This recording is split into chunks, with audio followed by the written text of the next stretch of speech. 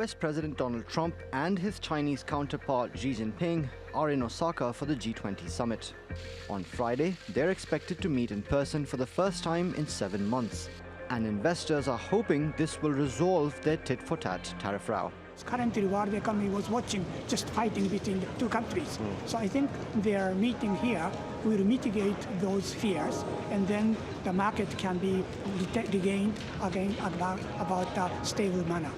When they met at the previous G20 summit in Buenos Aires, President Xi had reportedly agreed to increase Chinese purchases of US goods and speed up economic reforms. In return, Washington delayed tariffs on Beijing exports worth $200 billion.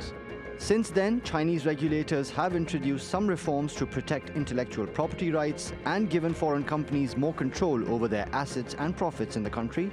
But Washington says Beijing's reneged on the deal because it hasn't made concrete changes to its laws. Now we have another $325 billion left, and if we don't make a deal, we're going to put a tariff on that too. Chinese officials appear unwilling to concede to more US demands.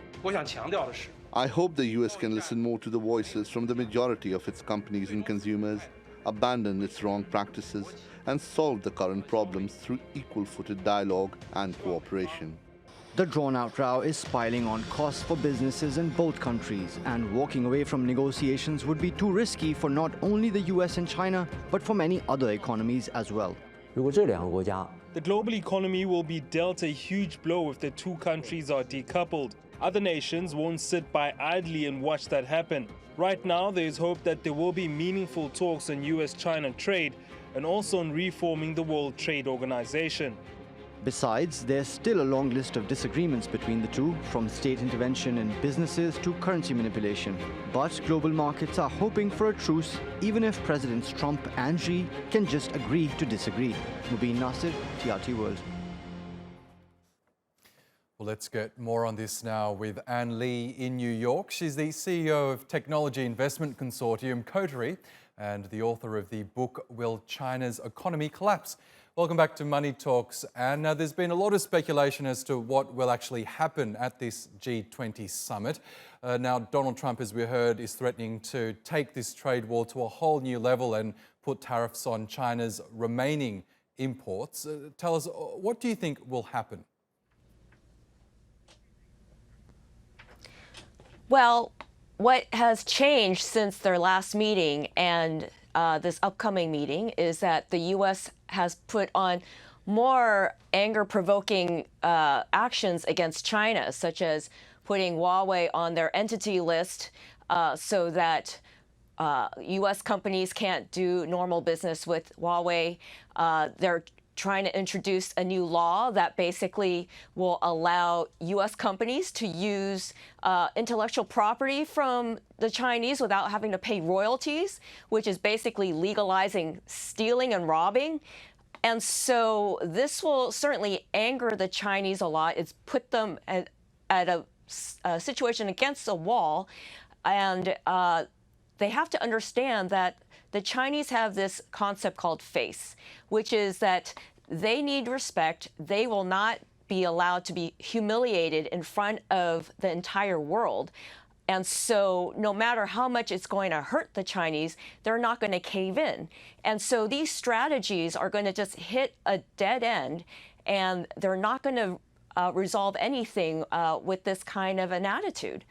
Interesting. Now, there are reports that China is insisting that any trade deal must be balanced, which seems self-evident. But there are also reports that the US Trade Representative Robert Lighthizer has rejected this idea of a balanced trade deal. What do you think this says about the Trump administration's motivations? Is it really just about keeping China's economy in second place?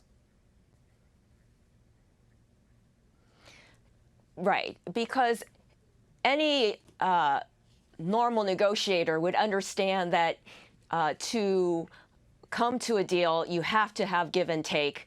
And the fact that they are not giving an inch on anything means that they're not interested in a negotiation and not interested in a deal.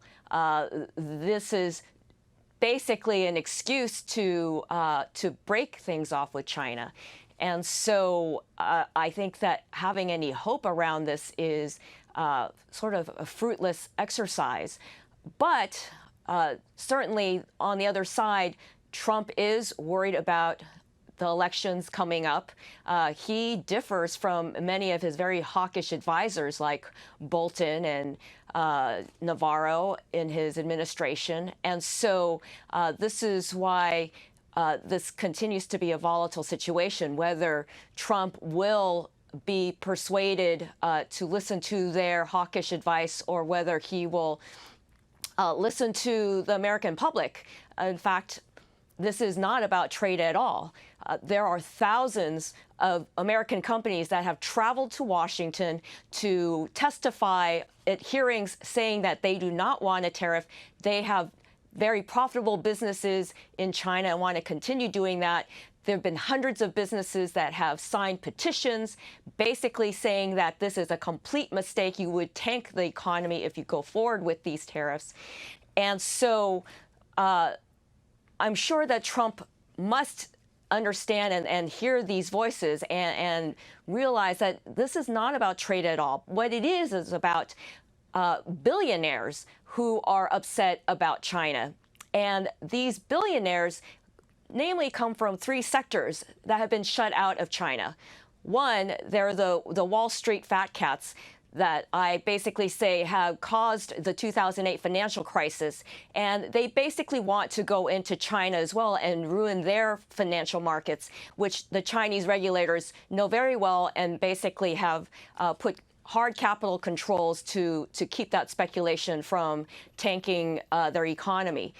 The second set of billionaires are from the U.S. tech companies that have been shut out, such as Facebook and Google. And the Chinese government also said no after they had seen what Ed Snowden revealed, which is that these companies were only interested in going into China to spread fake news, to spy on their citizens and the government. And so China drew a red line there.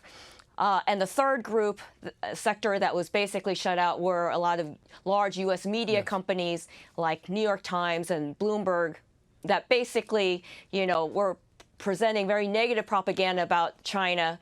And China, certainly is not against journalism. They have allowed journalists from other journalistic organizations, whether it's Associated Press or other more neutral sources of information in. And so the billionaires of these companies are the ones that control Washington's politics because they contribute a large amount of money to get the politicians elected there through the campaign contributions. These billionaires fund think tanks in Washington and engage in heavy lobbying. And so these are the ones who are pushing for anti-China legislation, these tariffs, because they actually have no other leverage against China. So they are putting other American businesses and the whole world at hostage over their demands. And so what we're seeing is that they don't want to lose their hegemony and want to contain China for that reason. Okay, we'll see what happens at the end of this G20 meeting over the weekend. Anne Lee in New York, thank you again for your time.